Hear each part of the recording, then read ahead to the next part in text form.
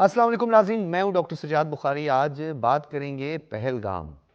یعنی وہ false flag operation جس کے بعد آپریشن سو کالڈ سندور کا آغاز کیا گیا، جسے آف سندور کا نام بھی دیا گیا۔ کبھی کہا گیا کہ یہ سندور 1 اب جاری ہے، پھر سندور 2 ہونا ہے، پھر ریورس ہو گئے، اور پھر اسی طرح انیل چوہان جو ہے وہ اچانک براجمان ہوتے ہیں، پھر کہتے ہیں کہ نہیں جی کچھ ٹیکنیکل غلطیاں ہوئی ہیں، کچھ جدید تکنیکی ضروریات جو ہیں ان کو پورا کرنا ہوگا عصر حاضر کے مطابق۔ پھر ان کی وہ جو فمبلنگ ہے وہ بھی میڈیا پہ آپ سب نے سنی۔ ناظرین، ایک بھارت جو کہ ایک سیکولر اسٹیٹ کہلاتا تھا، ہندو انتہا پسند ریاست کے ساتھ ساتھ فالس فلیگ ایکسپرٹ اسٹیٹ کے طور پر اب پوری دنیا کے سامنے آیا ہے۔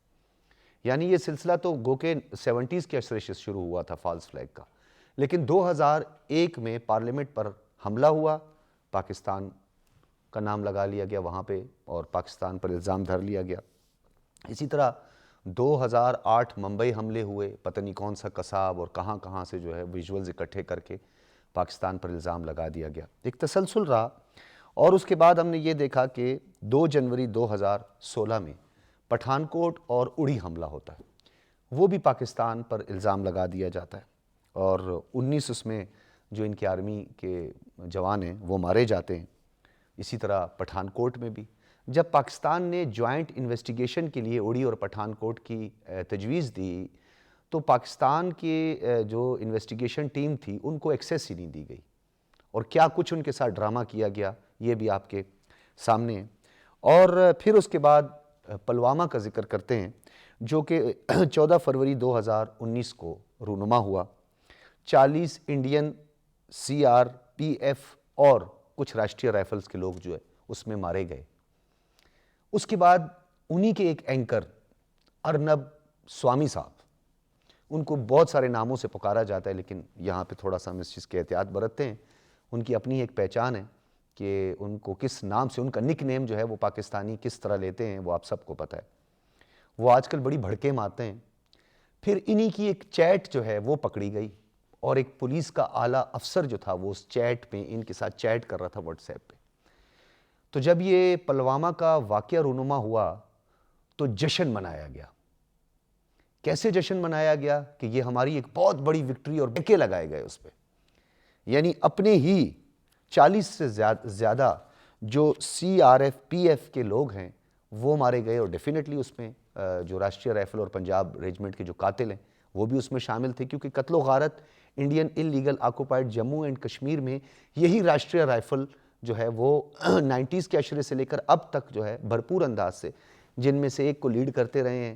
وہ GD بخشی، جو خود کو بڑے مہاتما کہتے ہیں، قاتل ہیں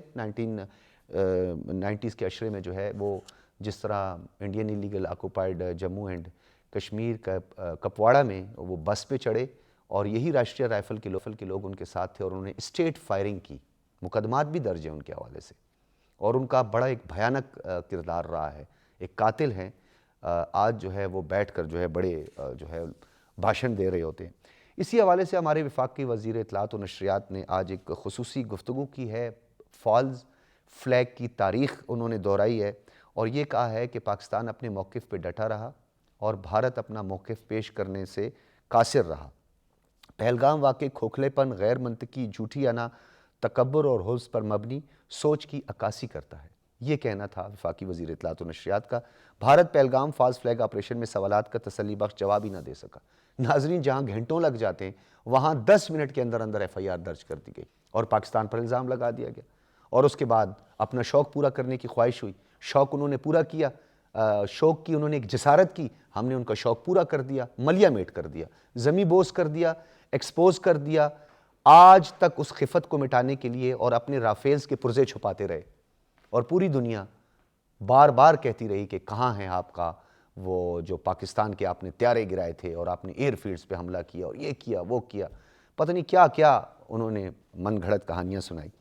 جہاں یہ جو ان کے ریٹائرڈ فوجی ہیں، جیسے کہ ان کی فوج کے بارے میں مشہور ہے کہ وہ تو اب کوے مارنے تک محدود ہو گئے، انہوں نے ہمارے بالا کوٹ میں کوے کو مارا، اور اس کے بعد ان کے بپن راوت نے کہا ہم نے سرجیکل سٹرائک کر دی ہے۔ تو کسی نے پوچھا سر ہم نے تو تحقیقات کی ہے، کوئی سرجیکل سٹرائک سامنے؟ انہوں نے کہا نہیں، میرا مطلب یہ نہیں تھا سرجیکل سٹرائک، میرا مطلب یہ تھا سرجیکل سٹرائک ہے۔ تو وہ سرجیکل سٹرائک پھر یہ جو قوا مار فوج کے جو ریٹائرڈ کچھ فوجی حضرات ہیں انہوں نے بھی اس پوری بدنامی میں اپنا کلیدی اور مثبت کردار ادا کیا کہ بھارت کی سیکولر اسٹیٹ کو ہندو انتہا پسند جھوٹی اور ایک فالس فلیگ اسٹیٹ کے طور پر انہوں نے پیش کرنے میں اپنا بڑا فرنٹ لائن پر اپنا کردار ادا کیا۔ اس حوالے سے ایک رپورٹ بھی ہے اور آج کا دن بھی بڑا اہم ہے۔ اس دن کیا کچھ ہوا یہ آپ کے سامنے رکھیں گے۔ اس کی جو اسٹریٹجک لوکیشن ہے پہلگام کی یہ کیا ہے، اور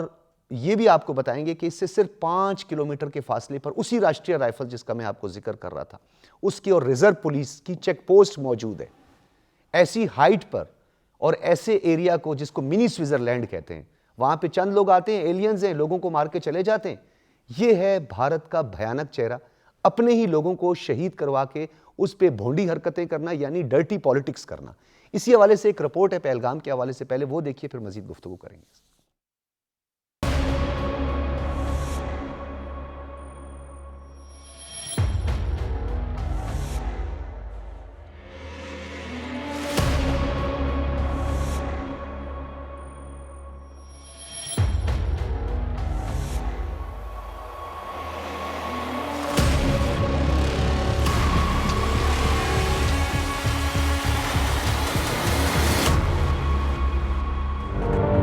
22 اپریل 2025 مقبوضہ جموں و کشمیر کے علاقے پہلگام کی مشہور سیاحتی جگہ بیسارن ویلی میں 5 سے 6 مسلح حملہ آور جنگل کے راستے سے آئے اور سیاحوں کے ہجوم پر فائرنگ کر دی۔ اس حملے میں مجموعی طور پر 26 سے 28 افراد ہلاک ہوئے۔ ہلاک ہونے والوں میں اکثریت غیر مقامی سیاحوں کی تھی، جن میں ایک مقامی مسلمان بھی شامل تھا جس نے حملہ آوروں کو روکنے کی کوشش کی۔ یہ واقعہ 22 اپریل 2025 دوپہر کو پیش آیا۔ اس واقعے میں 20 سے زائد افراد زخمی بھی ہوئے۔ دلچسپ بات یہ ہے کہ حملے کے وقت نہ پولیس پہنچی نہ ہی فوج پہنچی، مگر صرف 10 منٹ میں FIR درج ہو گئی۔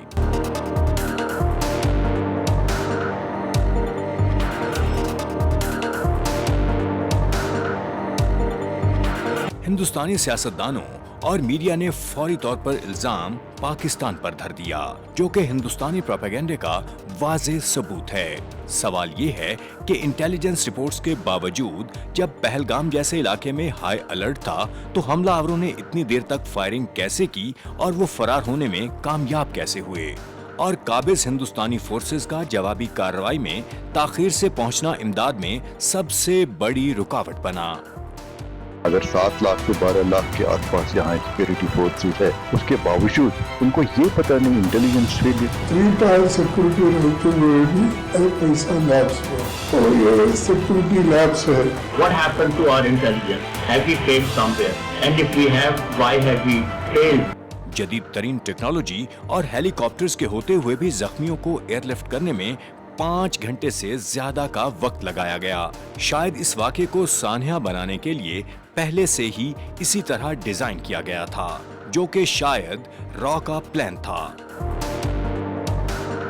واقعے کے بعد ریسکیو کے بجائے فورسز کی پہلی ترجیح کارڈن اینڈ سرچ آپریشن تھا